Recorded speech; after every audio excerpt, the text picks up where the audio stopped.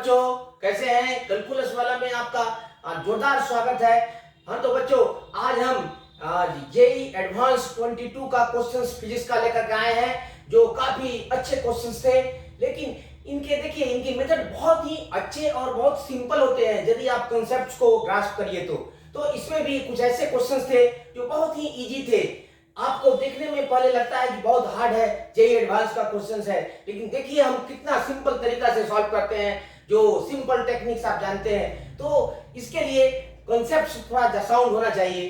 तो बच्चों, हम जेई 2022 प्रीवियस ईयर के एडवांस के फिजिक्स क्वेश्चंस ले रहे हैं। बिना समय बर्बाद किए सीधे क्वेश्चंस पर चलते हैं। देखिए, ये पेपर 1 का क्वेश्चंस नंबर 3 था। देखिए ये कितना इजी था, इलेक्ट्रोस्टैटिक का था। तो फर्स्ट क्वेश्चंस लेते हैं, ये एग्जांपल 1 लेते हैं। ये पेपर 1 का जेई एडवांस, पिछले ईयर जेई एडवांस पेपर 1 का 3rd नंबर क्वेश्चन था, लेकिन हम यहाँ पर अपने वीडियो में इसको एग्जांपल नंबर 1 लेते हैं। तो सबसे पहले क्वेश्चन लिख लेते हैं। इन द फॉलोइंग सर्किट डायग्राम पहले बना देते हैं बच्चों। देखो कितना इजी है ये।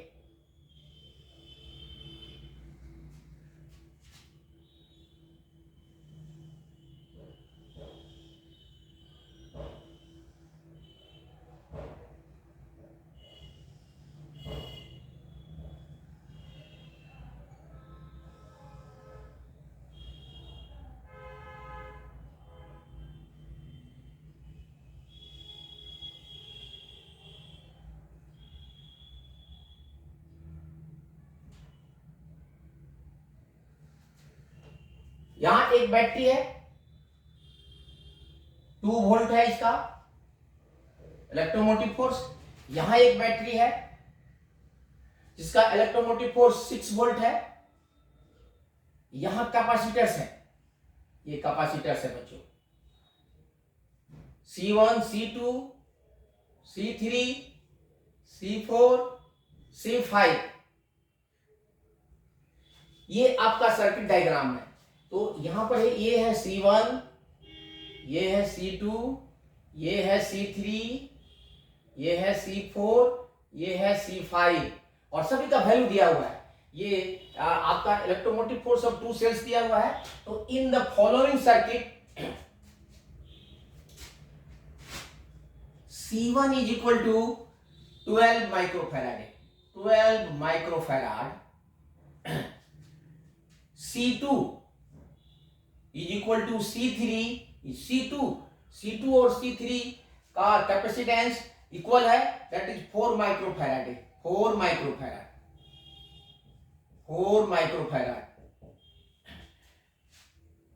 And C4 is equal to C5 दिया हुआ है, C4 is equal to C5, 2 microfarad. And ये बैटरी का वोल्टेज दिया हुआ है।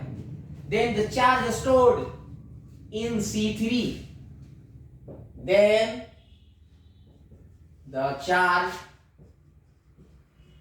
stored in C3 is, यहां पर आपको भरना था, माइक्रोफैराड दिया हुआ था, माइक्रोकुलम।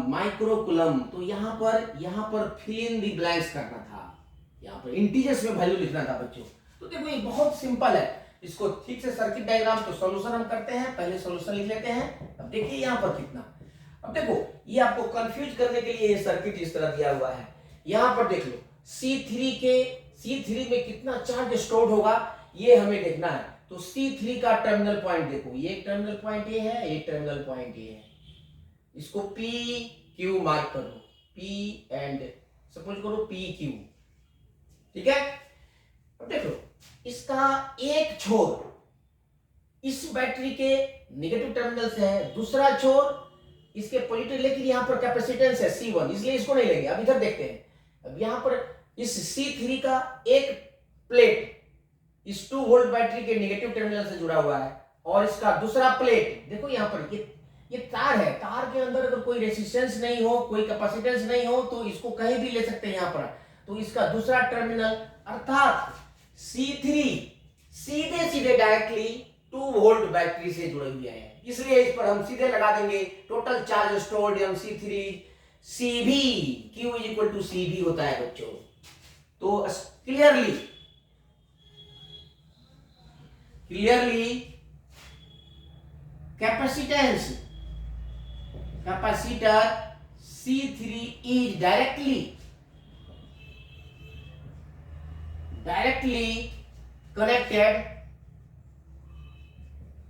connected to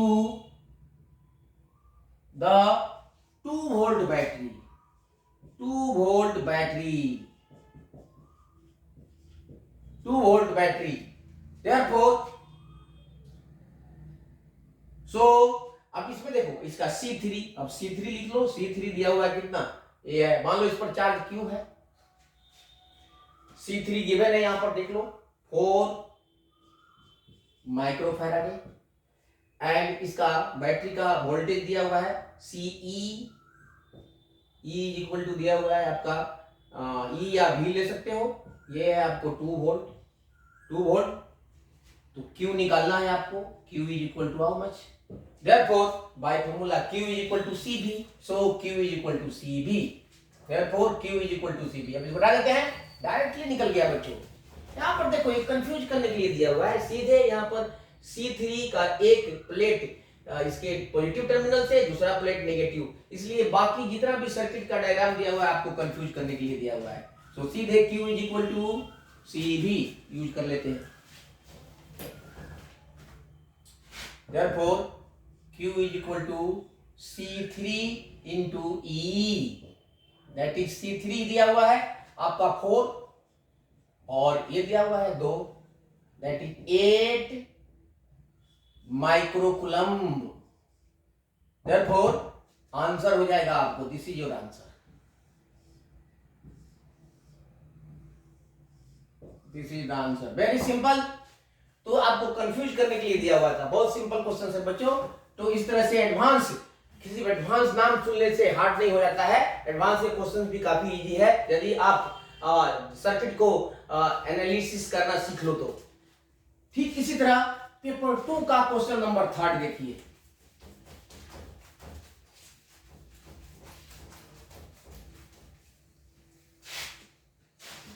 ये एग्जांपल नंबर हम 2 लेते हैं अपने वीडियो का, लेकिन ये पेपर 2 का जेईई एडवांस 2022 के पेपर 2 का क्वेश्चन नंबर 3 देखिएगा। ये क्वेश्चन है आपको एक रेसिस्टेंस से, करंट इलेक्ट्रिसिटी से रेसिस्टेंस ऑफ फर्स्ट टर्म कितना होता है। देखो सबसे पहले इसमें उसी फर्स्ट टर्म पर आधारित है, तो सबसे पहले क्वेश्चन हम लिख लेते हैं, उसके बाद में उसको हम सॉल्व करते हैं। तो देखते हैं यहां पर कि 2 रेसिस्टेंसेस, पहले फिगर ड्रॉ कर लेते हैं।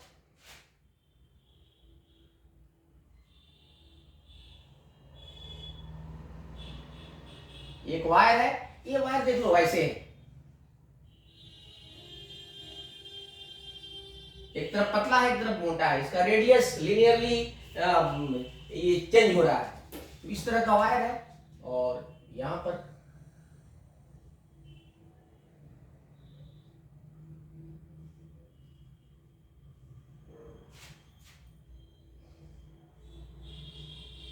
यहां से एक बैटरी जुड़ी हुई है,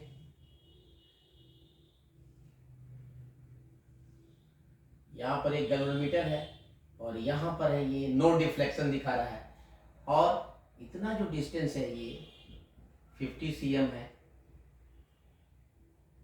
और ये भी 50 cm है, ये L1 है, ये L2 है, ये भी 50 cm है, ये R1 है, ये R2 है, R1 है X ओम और R2 है 1 ओम, R1 है 1 ओम, ठीक है, और ये 50 cm है और ये भी 50 cm है, ठीक है। अब इसका रेजिस्टिविटी यूनिफॉर्म है, तो हमें x का वैल्यू निकालना है। यदि गैल्वेनोमीटर शोज नो डिफ्लेक्शन, यहाँ पर जीरो डिफ्लेक्शन है, I is equal to zero. तो सबसे पहले क्वेश्चंस को लिखते हैं, उसके बाद सॉल्व करते हैं। Two resistances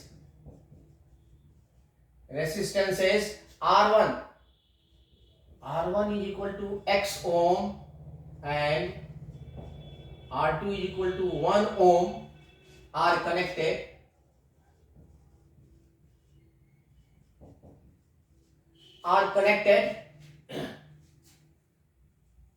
To a wire AB, ये AB वायर है, to a wire AB of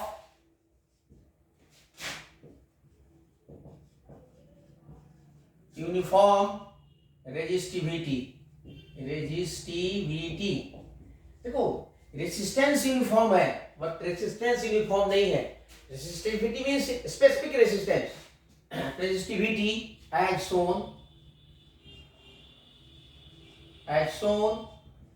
in the figure।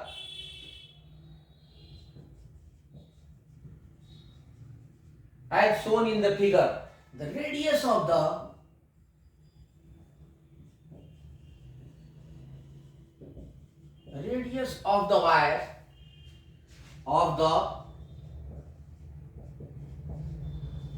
wire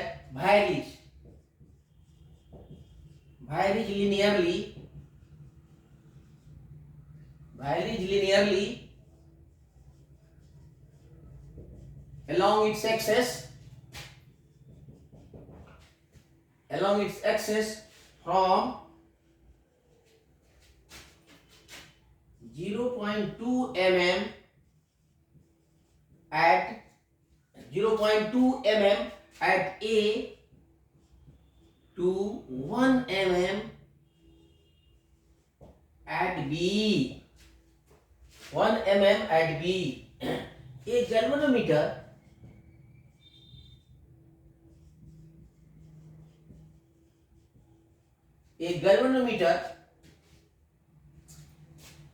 G is connected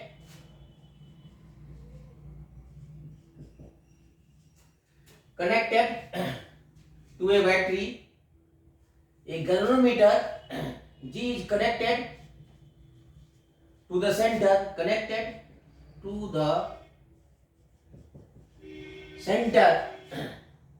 of the wire centre of the wire. इस वायर के सेंटर से ये भी वायर है, ऐसे देखने में ये मोटा वायर है। Wire centre of the wire 50 cm from each end, 50 cm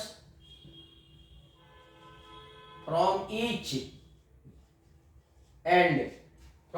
end along its axis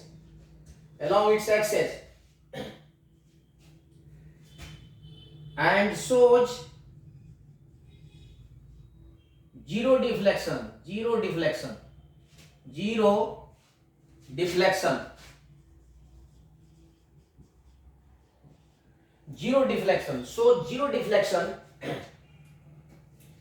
shows zero deflections when A and B are connected।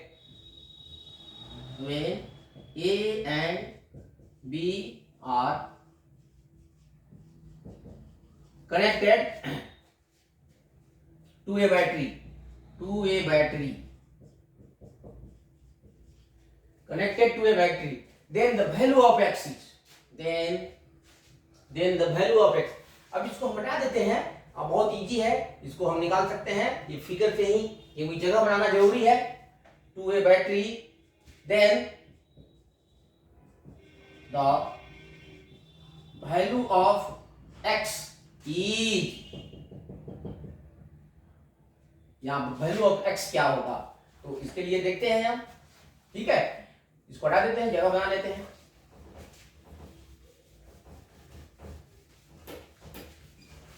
देखिए बच्चों, सबसे पहले तो ये फ्रस्ट्रम है, ये देखो, ये वायर जो है, ये दिस वायर, ये फ्रस्ट्रम, ये यूनिफॉर्म थिकनेस का नहीं है, मोटाई का नहीं है, ये कुछ ऐसा है। तो सॉल्यूशन में देखिए, यहाँ पर इसका सॉल्यूशन हम करते हैं। सबसे पहले एक फ्रस्ट्रम लेते हैं और लोग कीजिए, ये देखो,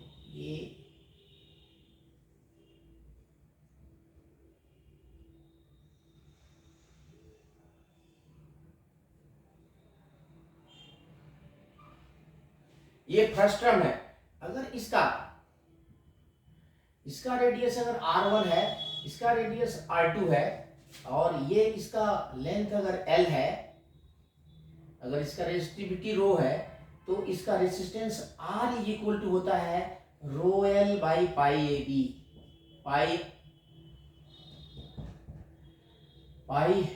अगर A लेते हैं, B लेते हैं, यहाँ पर A B, rho L by pi A B, ये फॉर्मूला होता है बच्चों, याद रखना। रेसिस्टेंस ऑफ एक कंसेप्ट है, रेसिस्टेंस, ऐसे लिख देते हैं, resistance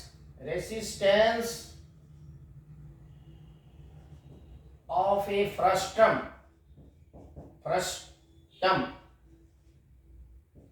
is R is equal to rho L by pi A B. ये बहुत इंपॉर्टेंट है।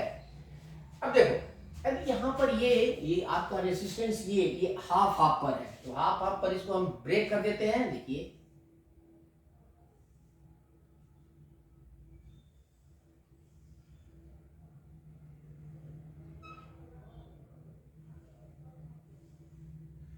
तो यहां पर ये 50 cm है और ये भी 50 cm है, ये L1 है, ये L2 है, दोनों एक ही मटेरियल का बना हुआ है। तो अगर ये सपोज करो इसका रेडियस A है, इसका रेडियस B है, इसका रेडियस अगर R ले लो, अगर इसका रेडियस R ले लेते हैं, तो ये A दिया हुआ है, A is equal to 0.2 mm और B दिया हुआ है 1 mm, तो R is equal to, since resistance varies linearly, therefore R is equal to A plus B by 2. So ये हो जाएगा 0.2 and plus 1 by 2. This is equal to 0.6 mm. So इसका radius, अब देख लो, इसका रेसिस्टेंस अगर हम ले लेते हैं R1 और इसका रेसिस्टेंस R2 ले लेते हैं, दोनों का मटेरियल का रेसिस्टिविटी रो है, सो R1 और R2 निकाल लेते हैं। R1 और R2 उसमें दिया हुआ है, इसलिए R और R2 नहीं लेते हैं हम, यहाँ पर P एंड Q ले लेते हैं। सपोज करो इसका रेसिस्टेंस P है, इसका रेसिस्टेंस Q है, ठीक है, इसका रेसिस्टेंस P मान लो, इसका resistance Q। So for balance system, for no deflections, R1 by P1, P is equal to R2 by Q, या इसको R3 और R4 ले लेते हैं, बेटर है, इसको R3 और दिस इज R4, R3 और इसको R4, बेटर है R4। तो अब हम निकाल लेते हैं कि R1, R3 और R4 क्या होगा, ठीक है। सो इसको हम मिलीमीटर को हम यहाँ मीटर में बदल लेंगे। सो इसको जगह बना लेते हैं। अब तो आ गया, फिर R1, अब देखो, therefore R3 is equal to rho L1 by pi A into R होगा। Here ये कुछ ऐसा है, यहाँ से R हो गया, यहाँ से A हो गया, और ये L1 is equal to 50 cm है, ठीक है। तो ये हो जाएगा आपका रो इंटू 50 इंटू मीटर, तो बाई सेंटीमीटर, तो मीटर माइनस 10⁻⁵ कर दिया, बाई पाई, इंटू ए है आपको 0.2 इंटू 10⁻³ इंटू आर है आपको 0.6 इंटू 10⁻³ ये R3 हो गया। R4 सिमिलरली R4 के लिए देखिए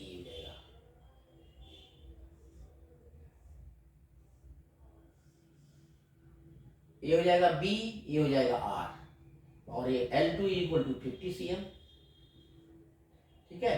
ये R4 हो जाएगा, तो R4 is equal to rho into AB L2 by pi, और यहाँ R इंटू B हो जाएगा। सो ये हो जाएगा रो इंटू 50 इंटू 10⁻² मीटर में बदल लेते हैं SI सिस्टम में। पाई ये आ जाए 0.6 इंटू 10⁻³ इंटू 1 इंटू 10⁻³ मीटर में बदल लिया। ये R4 निकल गया। नाउ फॉर बैलेंस स्टेट्स, अब व्हीटस्टोन ब्रिज का बैलेंस स्टेट्स है R1 R2 R3 R4। So R1 by R2 is equal to R3 by R4, या R1 by R3 is equal to R2 by R4, दोनों में से कोई भी use कर सकते हैं। Now in balanced, so for balanced Wheatstone bridge, therefore हटा देते हैं इसको और फिर इसको वैल्यू लिख लेंगे। बहुत सिंपल है बच्चों। ये फ्रस्टम का जो रेसिस्टेंस है उसका फॉर्मूला याद रहेगा तो हो जाएगा। Since G shows no deflection,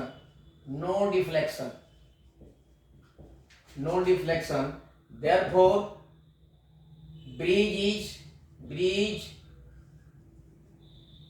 is in equilibrium.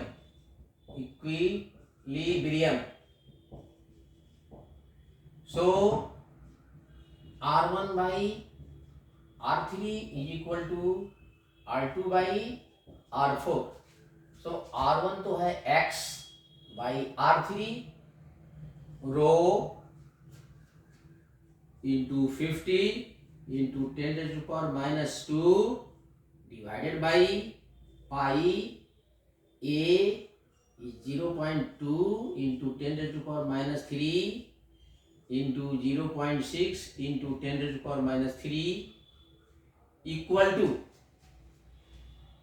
R2 is equal to 1 by rho into R that